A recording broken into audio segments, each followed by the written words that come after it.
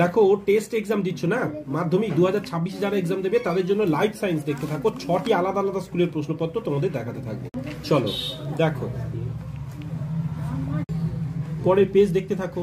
সব থেকে ভালো হবে কি জানো, আমি বলি একটু, এই প্রশ্ন হয়তো বা অনেকে টেস্টের পরে দেখছো বা টেস্ট এক্সাম সময়ে দেখছো।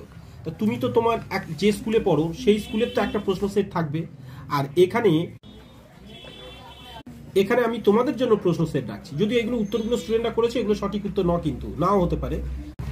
যেটা বলছিলাম, আমি তোমাদের জন্য যে প্রশ্ন সেট রাখছি, তোমরা কাজ করতে পারো, এইগুলো কিন্তু স্ক্রিনশট নিয়ে প্রত্যেকটা কালেক্ট করে রাখতে পারো এবং নিজে একদম উত্তর কমপ্লিট করে বাড়িতে রেখে দিতে পারো।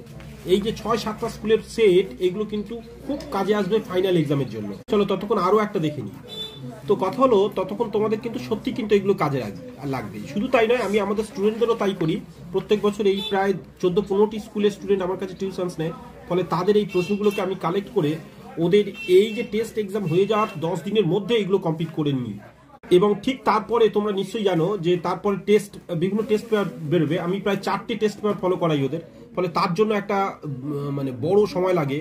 দেখো পরের পেজ, ফলে তোমরাও তাই করতে পারো, কিন্তু এগুলো কিন্তু সত্যি সত্যি খুবই ইম্পর্টেন্ট ব্যাপার। দেখো পরের কোশ্চেন আসছি। তা এভাবে প্রত্যেকটা সাবজেক্ট আমার চ্যানেলে তো রয়েছে, সেইভাবে তোমরা প্র্যাকটিস করো। আর অবশেষে তো একটা সাজেস্টিভ পর্ব অবশ্যই পাবে, নির্জন স্যারের একটা সাজেস্টিভ পর্ব পাবে এবং প্রত্যেকটা সাবজেক্টের, ফলে সেটাও খুব কাজে লাগবে। আর এক্সাম টাইমে সঙ্গে সঙ্গে পরীক্ষার দিন বা তার আগের দিন সেখানেও লাস্ট মিনিট সাজেশনস পাবে। ফলে চ্যানেলকে সঙ্গে রাখলে তুমি কিন্তু আমার সাথে সাথে যাচ্ছ এবং সাথে সাথে কারেন্ট এক্সাম, তার রিপোর্ট, তার স্ট্যাটাস অনুযায়ী তুমি কিন্তু চলতে পারবে। তো তাহলে এই দীর্ঘ 25 বছর ধরে যেটা দেখছি, যে হয়তো কোনোদিন তোমাদের বাংলা এক্সাম প্রথম হলো, তা সেই প্রশ্নটা কিন্তু আমি হাতে পাওয়ার সাথে সাথে বুঝতে পারি যে অন্যান্য এক্সামগুলো কতটা টাফ হবে বা কতটা কঠিন হবে, সেই ব্যাপারটা আমরা কিন্তু বুঝতে পারি।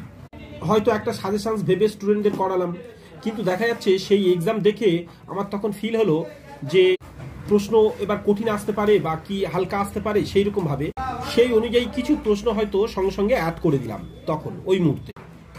ফলে সেই মুহূর্তের সাথে থাকলে তুমি অনেক কমন পাবে। ঠিক আছে, বিগত বছরে ওইরকম ভাবেই হয়ে যাওয়া প্রশ্ন বা সাজেস্টিভ পর্ব চ্যানেলে সম্পূর্ণ আছে, তোমরা দেখে নিতে পারো কতটুকু কমন এসছে বা কিছু সেটা।